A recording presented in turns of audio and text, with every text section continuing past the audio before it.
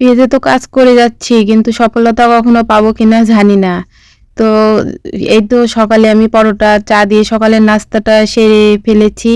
এখন আমি নাস্তা সেরে ঘর-দরজা গুছিয়ে চলে এসেছি দুপুরের রান্নার জন্য। ওইটা আমি ভাপ দিতে বসিয়ে দিলাম। ওইটা ছিল ওই যে কাঠকচু বলে আরকি।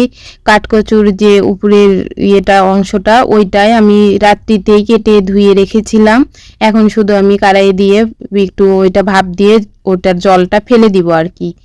ফেলে দিয়ে আমি আজকে যে মুরগি ভিজালাম, ফ্রিজে মুরগি আনা ছিল, ফ্রিজ থেকে বের করে আমি তো ওই যে মুরগিটা ভিজিয়ে রেখে এসেছি।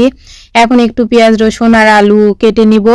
আমার মাংসতে আমার আলুটা দিতেই হয়। আলু ছাড়া আমাদের ভালো লাগে না। আমাদের মাংস না হলেও হয়, কিন্তু মাংসের আলুটা খেতে বেশি ভালো লাগে। তো যাই হোক, এই যে আমি পেঁয়াজ রসুনটা আগে কাঠকচুতে দিব, যে ওইটাতে ওই জন্য আগে বানিয়ে নিব পেঁয়াজটা। আর আমার রসুনটা তো এর আগে ছিলে রেখেছিলাম, ওই যে ডিপ ফ্রিজে আছে। তো ওইটাই বের করে নিয়ে থেতো করে দিব আর কি।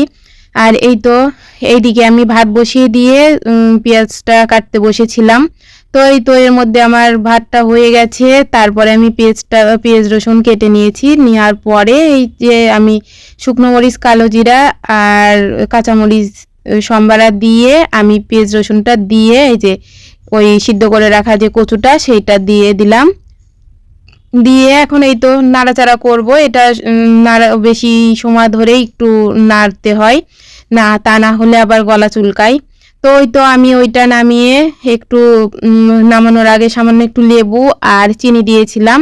দিয়ে এই তো নেড়ে চেড়ে নামিয়ে নিয়েছি। নিয়ে এখন আমি মাংসটা উঠিয়ে দিব। মাংসের জন্য আমি কড়াইয়ে তেল দিয়ে আলুটা ভাজতে দিয়ে দিলাম। আলুটা একটু ভাজা হবার পরে আমি কেটে রাখা পেঁয়াজটাও দিয়ে দিলাম।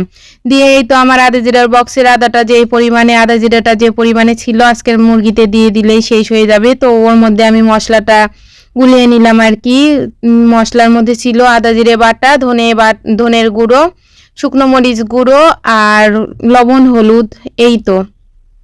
আর ঝালের গুঁড়োটা, শুকনো মরিচ গুঁড়োটা আমার যেটা এই রান্নার এইখানে ছিল সেইটা তো একটু ওই যে দলা বেঁধে গেছে, এর আগেও বলেছিলাম, ওইটা অতটুকুই ছিল ওখানে। তো ওইটা দেবার পরে আবার ফ্রিজ থেকে একটু ভালো ওটা বের করে আমি ফ্রিজে রেখে দিয়েছিলাম, ডিপ ফ্রিজে, যাতে ভালো থাকে। তো ফ্রিজ থেকে বের করে আবার ওই ঝালের গুঁড়োটাও দিয়ে দিলাম। দিয়ে এই তো আমার মাংসটা দিয়ে দিয়েছি। দিয়ে এই যে মাংসটা কষানো হয়ে গেছে, আমি পরিমাণ মতো এখন সিদ্ধের জন্য জল দিয়ে দিব। জল দিয়ে এই যে সিদ্ধ হয়ে আসার পরে আমি নামানোর আগে ঝালের গরম মশলা গুঁড়ো যেটা করে রেখেছিলাম ওইটা দিয়ে এই যে হয়ে গেছে রান্নাটা আমার কমপ্লিট।